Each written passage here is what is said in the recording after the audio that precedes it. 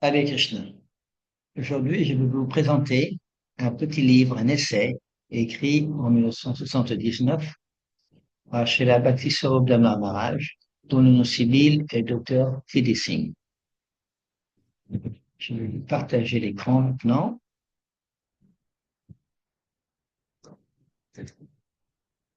Voilà. Alors, bien sûr, avant de commencer cette présentation, je la dédie à tous mes enseignants, que ce soit en sciences ou en spiritualité, et principalement à Srila Bhakti-Swarup Damodar Maharaj, Dr. T.D. Singh, qui a un doctorat en chimie organique. Il a passé en 1974 en Californie. C'est également mon maître spirituel. Et également cette présentation à Srila Bhaktivedanta Swami Prabhupada, qui est le guide, le maître spirituel de Srila Bhakti Sarubdhana Maharaj, et qui est l'acharya qui a fondé l'Institut Bhaktivedanta en 1974. Alors on peut se poser la question, comment est vue la réincarnation dans le monde? Elle est différemment selon différentes cultures, différentes croyances, différentes réalisations. En Occident, elle est surtout vue comme une simple croyance religieuse. En Asie, surtout en Inde, elle est vue comme faisant partie de la vie. Et cet essai qu'a écrit le Dr. T.D. Singh, c'est un essai sur une structure théorique de base, à partir de laquelle la réincarnation sera considérée scientifiquement. Parce que c'est un point important de son exemple, c'est qu'il a un doctorat en chimie organique, principalement sur l'étude de qu'est-ce que c'est que la vie. Et en même temps, c'était un grand spiritualiste. Il a quitté cette planète en 2006. Et le point qu'il fait dans ce petit écrit, c'est que avant de parler de réincarnation, c'est important de déterminer quelle est la nature de la vie et quelle est sa place dans le cosmos. En d'autres mots, il y a deux approches de la réincarnation. L'approche scientifique moderne, c'est le réductionnisme. Et l'approche spirituelle, il a choisi l'approche des Védas. C'est-à-dire, il y a deux grandes approches et on va voir dans ce petit écrit qu'est-ce que disent ces deux approches sur le sujet. Tout d'abord, l'approche réductionniste. C'est axé principalement sur les atomes et le vide. Donc, je mets la page ici, par exemple 1 et 2. Ça correspond aux pages de ce petit manuel. La plupart des nos scientifiques modernes, c'était en 1979 qu'il a écrit ce livre-là, ils croient que les lois qui gouvernent le cosmos, c'est les lois de la physique et les lois du hasard. Puisqu'il n'y a pas de création, il n'y a pas d'auteur, il n'y a pas d'intelligence derrière. C'est le hasard. Certains mathématiciens comme Goldirac, ils expliquent qu'ils ne voient pas personnellement comment le postulat de Dieu peut nous aider en quoi que ce soit. De manière générale, on peut dire que la conclusion de ceux qui suivent l'approche réductionniste, c'est que la religion ne peut pas décrire la réalité. La religion est une croyance. Et que, par conséquent, la vie et le cosmos, l'univers, peuvent être compris, devraient être compris uniquement en termes d'atomes et de molécules. Et si c'est comme ça, automatiquement, la vie humaine n'est pas très importante. Et qu'est-ce que disent maintenant l'approche religieuse? C'est différent. Religieuse, il y a une croyance en un grand créateur. Et ceux qui adoptent cette croyance, cette approche religieuse, ils mettent l'accent principalement sur deux aspects.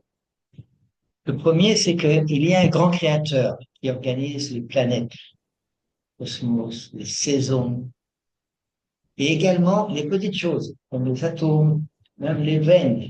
Dans notre corps, on a des veines. Pourquoi de cette manière-là? C'est un hasard. Les religieux, les spiritualistes expliquent non. Il y a un créateur, c'est un grand créateur. Et également, On a des sentiments.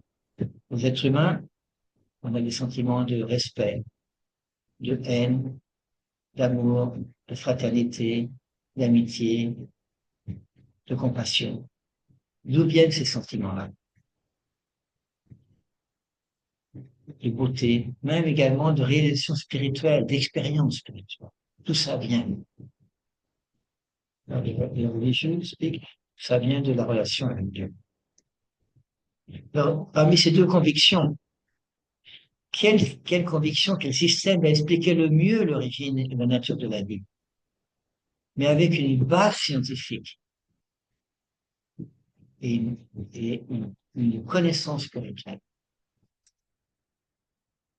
Alors, on voit qu'il y a un conflit entre la science et la religion depuis un certain nombre d'années, surtout en Occident. Il y a eu cette révolution scientifique il y a quelques centaines d'années, surtout en Europe de l'Ouest, la France, l'Angleterre, l'Allemagne, l'Italie, l'Espagne. Et c'est à partir de ce moment-là qu'il y a eu une grande divergence entre la science et la religion. Ça veut dire, pratiquement parlant, que la plupart des scientifiques, des personnes en Occident doivent choisir. Est-ce que je suis scientifique ou religieux? On n'a pas ce problème de conflit en Inde.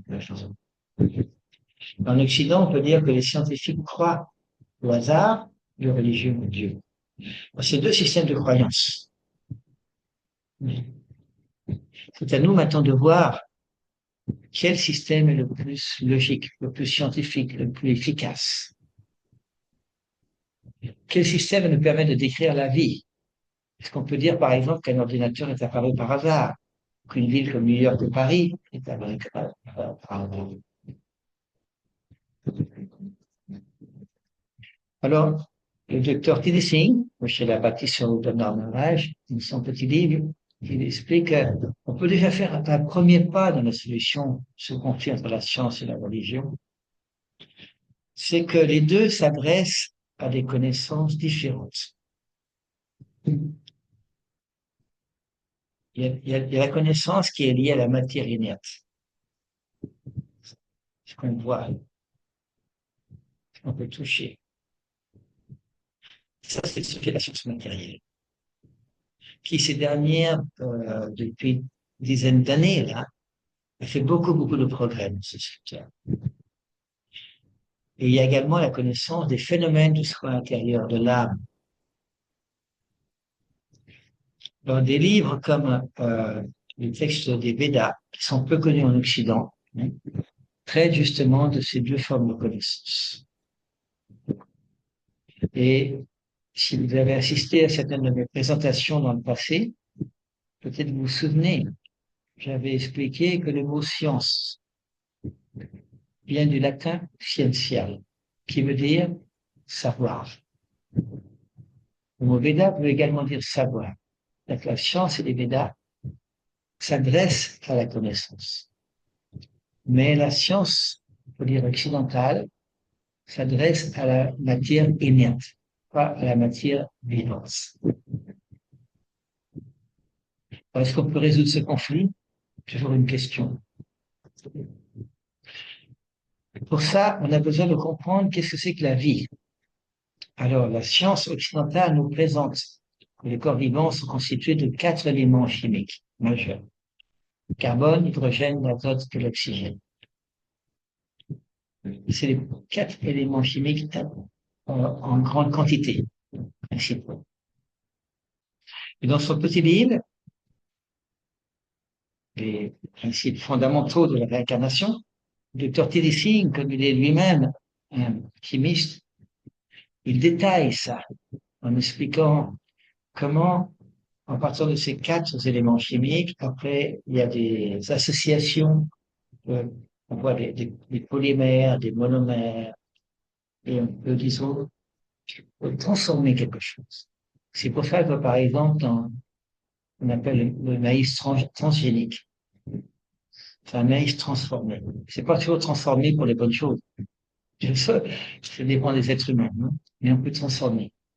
Alors, on voit que ces dernières dizaines d'années, il y a eu beaucoup de transformations. On peut utiliser les bienfaits de la science.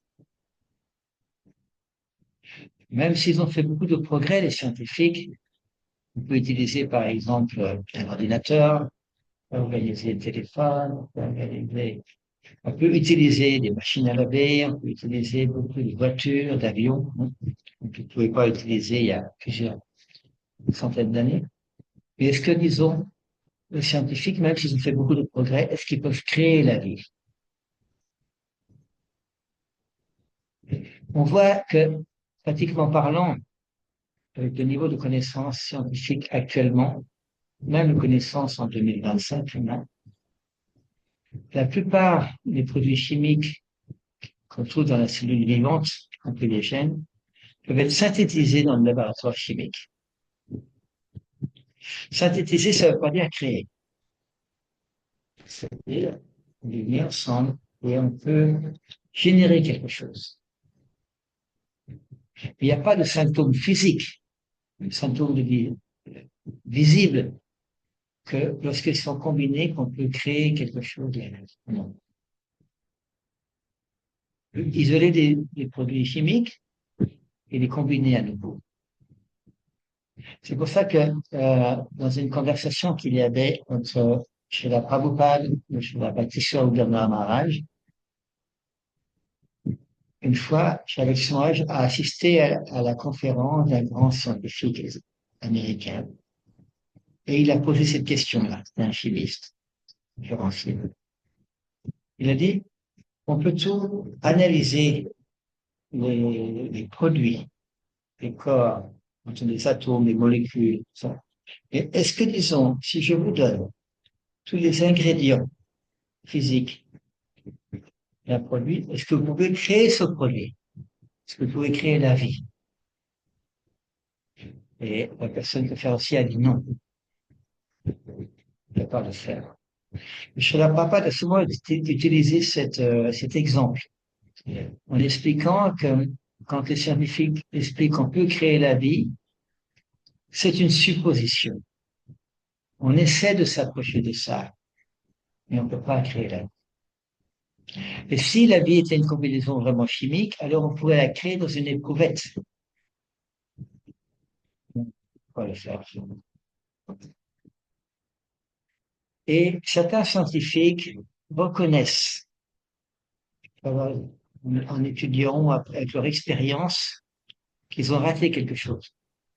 Par exemple, comme ce chimiste Albert Szent-Györgyi, qui a un prix Nobel de physiologie, il a expliqué que dans ma recherche pour les secrets de la vie, j'ai fini par me retrouver avec des atomes et des électrons, lesquels n'ont aucune vie. Quelque part au cours de mes recherches, la vie m'a échappé entre les doigts. Maintenant, devenu vieux, je dois réorienter mes pas. Il faut beaucoup d'humilité quand on a un certain âge de s'apercevoir qu'on a fait peut-être fausse route. On doit se réajuster les choses. Et si la vie était un amas de molécules, on pourrait dire, on devrait maintenant expliquer quelles molécules, comment on va faire pour créer des valeurs de la vie. Le respect d'autrui, par exemple.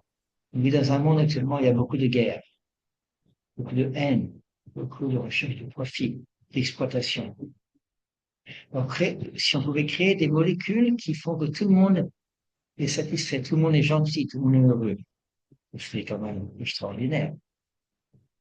Mais on ne peut pas le faire, les scientifiques.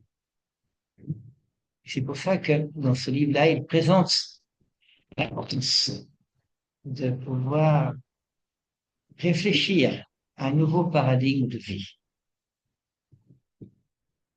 Trouver des idées pour essayer de comprendre la vie, mais sur des bases profondes. Et là, il utilise justement la présentation védique. Parce qu'on sait très bien que si la vie était juste des atomes et des molécules, disons, ça veut dire qu'il n'y a pas de, il n'y a pas de vie passée, il n'y a pas de vie future. Il n'y a pas de question d'incarnation, automatiquement. Tandis que les Védas expliquent que, avant d'arriver à la vie, les Védas parlent toujours de l'origine. la vérité suprême. Et on explique que c'est un être qui est suprêmement conscient, le suprême absolu, et qu'il a deux énergies. L'énergie de la matière, le sanskrit appelle apara-prakriti, et l'énergie spirituelle, le para-prakriti. La science matérielle actuelle s'intéresse principalement à apara-prakriti, la matière. On n'a pas tellement d'ouverture en tant que recherche scientifique à la spiritualité. Mais suivant les Védas, la vie est décrite comme la particule fondamentale, non physique, appelée Atma, laquelle est caractérisée par la conscience. Cette définition est très importante. Maintenant, il faut qu'on trouve, pour tester cette définition, pour savoir si elle est vraie. La culture védique est une culture scientifique. Ce n'est pas une religion. C'est-à-dire qu'il faut toujours tester. Parce que il faut réaliser. Sans réalisation, la connaissance académique, c'est inutile. Alors maintenant, il continue dans ce petit écrit en nous présentant la conscience et la forme biologique. Alors, dans les Védas, les variétés de formes de vie sont des produits des combinaisons et des permutations des trois modes de la nature matérielle, qui s'appellent vertu, passion et ignorance. En sanskrit, vertu c'est sattva, passion c'est rajas et ignorance c'est tamas. Alors, c'est un point très important, c'est-à-dire que de comprendre que c'est les combinaisons et les permutations des modes de la nature matérielle. Il y a trois modes de la nature. Mais si, mettons, on multiplie par 3, ça devient à 9, à 80. Et à la fin, on s'aperçoit qu'il y a 8 400 000 espèces de vie. Et les Védas expliquent ceci. Et suivant, on réside dans un corps, et suivant notre comportement, ça va affecter notre conscience. Ça va jouer sur notre existence, sur notre futur. Et là, dans de ces dessins-là, on explique qu'il y a deux sortes de réincarnation. Si nous voyons quelqu'un, un enfant qui vient de naître, bébé, enfant, adolescent, adulte, personne à certaine maturité, après vieillard et mort. On explique ça s'appelle la réincarnation interne. C'est-à-dire dans la même vie, notre corps a changé. C'est confirmé dans la Bhagavad Gita. Il y a même un scientifique qui a expliqué que entre le corps qu'on a maintenant et le corps qu'on avait il y a 7 ans, tout a changé au niveau des atomes et des molécules. On peut tous se souvenir, quand on était jeune, notre corps était légèrement différent, en meilleure santé. Quand on est vieux, bien, on commence à avoir des cheveux blancs, mais on est la même personne. Ça s'appelle la réincarnation interne. Et dans la Bhagavad Gita, je veux dire, qui est un des livres importants des textes des Védas, on parle beaucoup de la réincarnation externe. Krishna explique dans la Bhagavad Gita que de la même façon qu'une personne s'habille de nouveaux vêtements, en délaissant les anciens vêtements, eh bien, quand on quitte ce corps-là, on prend un nouveau corps matériel. On laisse ce corps-là. Et que ce sont nos souvenirs et nos pensées de l'être au moment de quitter ce corps qui vont déterminer le prochain corps. On appelle ça la réincarnation externe ou discontinue. Ça, c'est le voyage de l'être. Et dans le Srimad Bhagavatam, qui est un texte important des textes védiques, on nous donne l'histoire du roi Bharata. C'était une personne qui, à la fin de sa vie, faisait beaucoup d'austérité, isolé, pour méditer sur la spiritualité, avancer spirituellement. Et à un moment, il a vu que il y avait une biche qui a sauté sur une rivière et en ce temps, elle a mis à bas son fan, hein, qui venait de prendre naissance, on peut dire, qui était là, et la biche est morte. Alors quand ce sage, il a vu ce petit fan-là, il s'en est occupé pour le maintenir en vie. Et au fil du temps, et moi, il s'est attaché à ce fan. C'est devenu, il a négligé ses pratiques spirituelles parce qu'il a augmenté l'attachement matériel à ce petit. Et quand il a quitté son corps, eh bien, il a pensé à ce fond. C'est-à-dire que la vie suivante, il a repris un corps de fond, de petite biche. Mais il a eu cette capacité de pouvoir se souvenir de sa vie passée.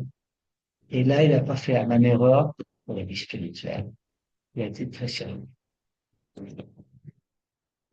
Alors, dans les textes védiques, on explique que l'être vivant est toujours porté par le corps subtil sous l'influence de la loi du karma. Et le docteur Teddy Singh donne une définition très importante de ce que c'est que le karma. Souvent, on emploie ce mot à la légère. Ouais, c'est mon karma, c'est un bon karma, un mauvais karma. C'est un peu galvaudé, ce terme-là. Les Védas expliquent que le karma, c'est la fonction et l'activité de l'être vivant à l'intérieur d'un cadre de libre volonté et sous l'influence des trois modes de la nature matérielle à travers une période de temps. Cette définition est très importante parce que la fonction de l'être, chaque être a des fonctions différentes. C'est pour ça qu'il y a des varnas différents, des ashrams différents. Le varnashram dharma est automatiquement fait partie de l'enseignement des Védas. C'est comment rendre les gens satisfaits dans leur vie. Alors, le karma dépend de la fonction qu'on a. Ça dépend de nos activités. Tout ce qu'on fait a une conséquence. Et tout ça, c'est accompli par un être qui est libre. On peut dire, bah, je ne savais pas. Mais, comme on dit, nul n'est censé ignorer la loi. Nul n'est censé ignorer la connaissance parfaite. Si on est ignorant, c'est notre faute. C'est pour ça que les Védas nous recommandent, nous inspirent à développer la connaissance dans tous les sujets. Et le karma, il va agir également sous l'influence des trois modes de la nature matérielle, des trois gunas. L'influence qu'on a sur nous, il va déterminer notre karma. À travers une certaine période de temps. Si on comprend cette chance du karma, on va pouvoir transcender ce karma. Si on ne comprend pas cette chance du karma, on va rester dans notre karma. En sanskrit, on appelle ça samsara, cycle des morts et des renaissances. Et sur les Védas, il y a une définition très importante également de la réincarnation.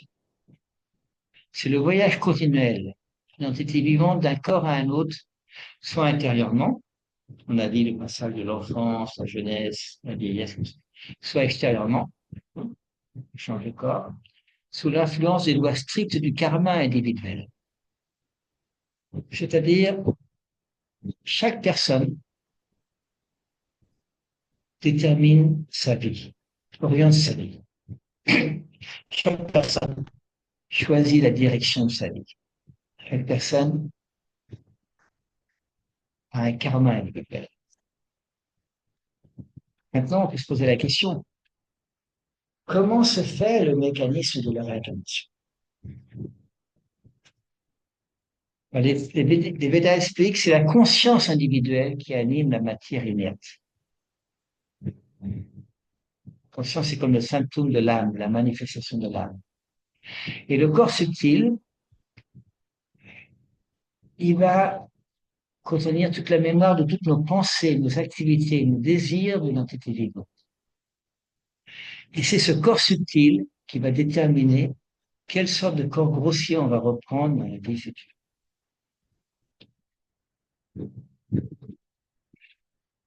C'est pour ça qu'on s'aperçoit, tous on s'aperçoit, qu'on a bien sûr un corps grossier, hein, c'est évident, hein, mais le corps subtil, il est fait d'éléments plus comme le mental, l'intelligence, nos valeurs de vie, notre identification. Et ça crée beaucoup de problèmes. On voit que dans la société actuelle, il y a beaucoup d'anxiété, de stress, par exemple. Il y a beaucoup de difficultés, de gens qui sont pas satisfaits. Bon, ce corps subtil, c'est ça qui va déterminer le passage d'un corps à un autre. Ça dépend donc de l'influence extérieure, mais ça dépend également de nous. Quel style de corps subtil on veut? Parce qu'on travaille à la qualité de ce corps subtil. Ça dépend de nous et ça dépend également de ce qu'on appelle le paramatma. Paramatma, ça veut dire l'âme suprême qui sanctionne les activités de l'être individuel. Comme on dit, l'homme propose et Dieu dispose. Nous, on peut faire tout ce qu'on veut dans la vie, tout ce qu'on peut faire, mais celui qui va fonctionner, c'est pas nous.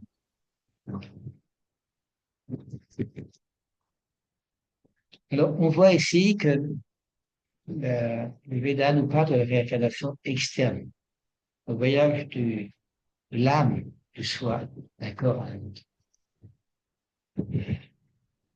Également, un point très important par rapport à la réincarnation, c'est ce qu'on appelle l'évolution et l'involution de la conscience. Alors, quand on parle de la science moderne, surtout l'évolution darwinienne, le néo-darwinisme, l'évolution chimique, différentes approches, on peut dire. Toutes ces approches affirment que c'est strictement la morphologie d'un organisme qui évolue. C'est le corps qui évolue. Et suivant les Védas, non. C'est pas le corps qui évolue, c'est la conscience qui évolue. C'est ça la grande différence. Et cette évolution de la conscience, elle a bien le processus de transmigration d'un corps à un autre. Ça veut dire que nous, on a un corps humain et on peut choisir d'évoluer au niveau de notre conscience, soit suivant nos valeurs personnelles, suivant notre désir personnel. Alors, les Védas expliquent qu'on peut choisir une évolution en harmonie avec les lois de la nature, les lois de Dieu, ça s'appelle l'évolution. On peut choisir d'être rebelle contre les lois de la nature, contre les Védas, ça s'appelle involution. On a le choix. Ouais. Et bien sûr, les textes védiques, de manière générale, disons, expliquent que le but de l'éducation dans la culture védique, c'est de former sa vie de telle façon que sa conscience évolue sur un plan supérieur. Et c'est pour ça que les Védas, la science védique, nous permettent, nous recommandent de cultiver la connaissance spirituelle. Parce qu'elle peut nous aider à évoluer vers des modes de vie supérieurs. Bien sûr, on peut cultiver la connaissance matérielle pour évoluer dans ce monde-là. Mais la connaissance matérielle, elle est imparfaite et impermanente. Tandis que la connaissance spirituelle, elle est parfaite et éternelle. Et les Védas nous apprennent que le but de la connaissance, c'est d'être libéré de ce cycle des morts et de la naissance, samsara. C'est pour ça que les Védas sont très reliés avec cette réincarnation. Parce que c'est pour qu'il n'y ait plus de réincarnation. Tout simplement. Et dans le Vedanta Sutra, il y a ce verset, le premier verset, c'est un important sutra, Atato Brahma Jigyasa. Par conséquent, on doit s'intéresser à la vie, s'enquérir. Il n'y a que l'être humain qui peut le faire. Les animaux, non. Les animaux, ils suivent leur tendance, leur instinct, leur karma, on pourrait dire.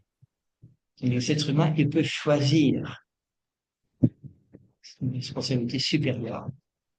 Et le processus, justement, pour briser les lois, les chaînes de la naissance et de la mort, ça s'appelle le Bhakti Yoga. Alors, une définition aussi très importante du Bhakti Yoga, au terme du docteur Tedesing, c'est la discipline spirituelle par laquelle l'être humain va rétablir son lien d'amour avec la vérité absolue de la personne suprême. Dans la Bhagavad Gita, nous savons que Krishna explique que le plus haut des yogas s'appelle le Bhakti Yoga. Il y a le yoga de la connaissance, le yoga de l'activité, le yoga de la méditation. Différents yogas sont là, commencés dans la Bhagavad Gita. Mais le plus parfait, c'est le Bhakti Yoga.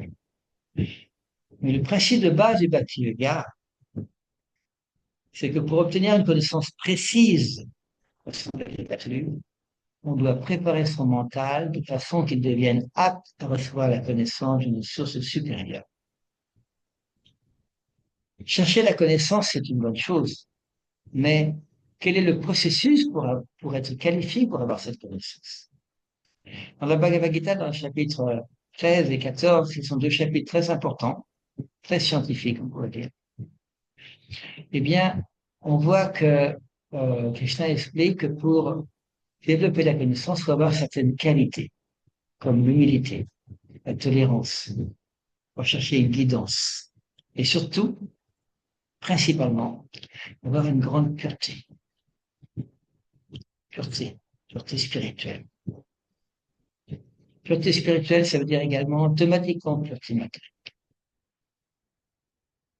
Alors, ce qu'explique le docteur Tedesing, c'est que c'est le principe de base du Bhakti Yoga.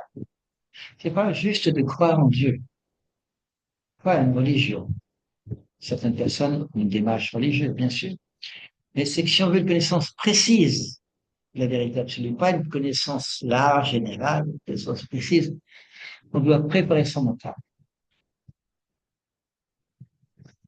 Comment le préparer?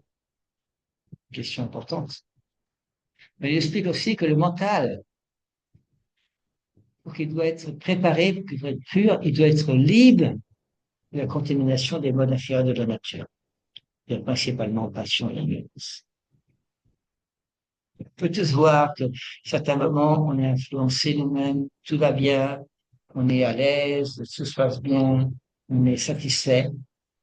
Quelquefois, on peut voir, là, on est plus vertueux, on va dire. Quelquefois, on peut dire qu'on est plus intéressé aux résultats, on peut se mettre en colère, ça, c'est plus la passion. Quelquefois, on peut dire, quelquefois, on est complètement paresseux, indolent, plus l'ignorance. Tout le monde peut expérimenter ça dans sa vie personnelle. C'est une science, la science des gunas, en mode de la nature matérielle. Alors, il explique de Tedesing Singh qu'une des adversités principales qu'on est confronté dans notre vie, c'est la fausse vanité qui nous assiste à croire que nous pouvons comprendre tout par le procédé de la connaissance expérimentale. Et peut-être certains d'entre vous se souviennent, quand j'avais fait la première présentation sur Introduction à la science et spiritualité, que j'avais expliqué que le processus d'avoir la connaissance est différent.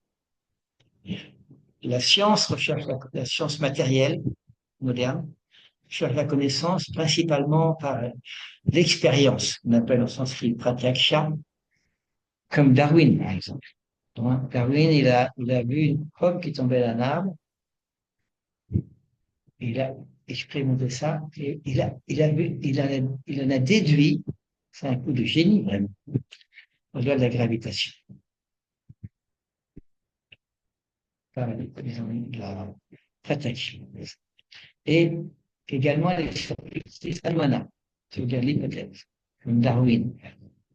La théorie de Darwin sur l'évolution est une théorie hypothétique. Il a lui-même écrit.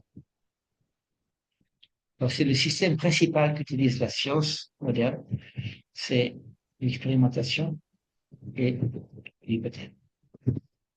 Par contre, la science védique utilise un système descendant.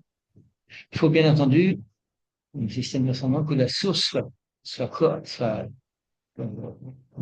remplie de connaissances et que la transmission soit pas changée. On appelle ça la succession disciplique. Alors, la connaissance védique est surtout descendante, la connaissance matérielle scientifique actuelle est surtout ascendante. La difficulté, c'est quand on prend que la connaissance ascendante, il peut y avoir de l'orgueil qui se développe, de la vanité. Comme tout à l'heure, je parlais de ce scientifique qui avait le prix Nobel de physiologie. Quand il était âgé, il s'était aperçu qu'il avait fait fausse route. Et pour ça, il faut beaucoup d'humilité. La majorité des gens n'ont pas cette humilité. Et si on n'a pas d'humilité, on ne peut pas avoir, on garde ses impuretés dans notre vie personnelle. On est handicapé, on va dire, pour avoir une connaissance pure ou parfaite, ou le mieux, le plus profond de la vie, du cosmos. La plupart des grands scientifiques ont découvert quelque chose, ils ont montré de l'humilité dans leur vie. Que quand on est un vrai scientifique, on voit que le cosmos marche de manière extraordinaire. Tous les jours, il y a le soleil qui se lève toujours à l'est. Tous les jours, on a de l'air. Tous les jours, on a de l'eau. C'est merveilleux. Alors, quel est le scientifique suprême qui nous donne ça, qui a créé ça? C'est pas nous, c'est pas moi, c'est pas vous. Le scientifique suprême s'appelle Dieu. C'est le suprême.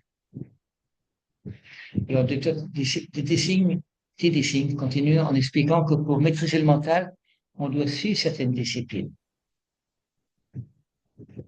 La discipline scientifique est très importante, la logique.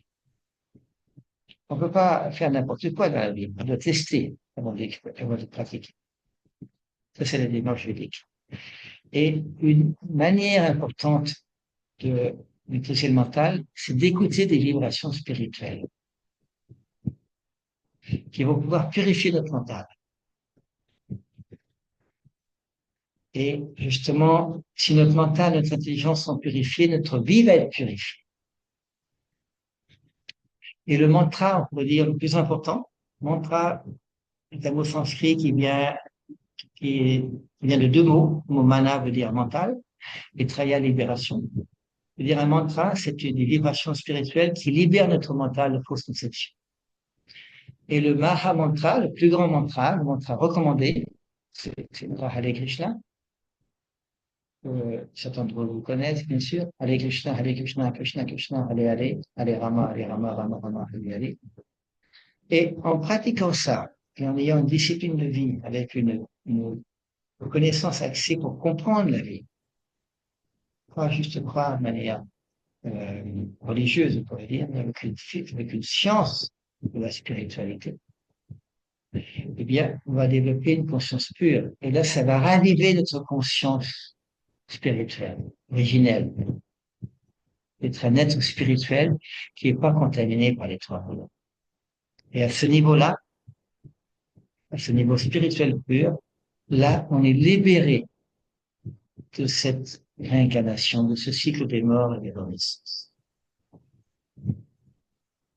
On voit que dans cette présentation, on a accès à ce que dit la science actuelle, science moderne, sur la vie.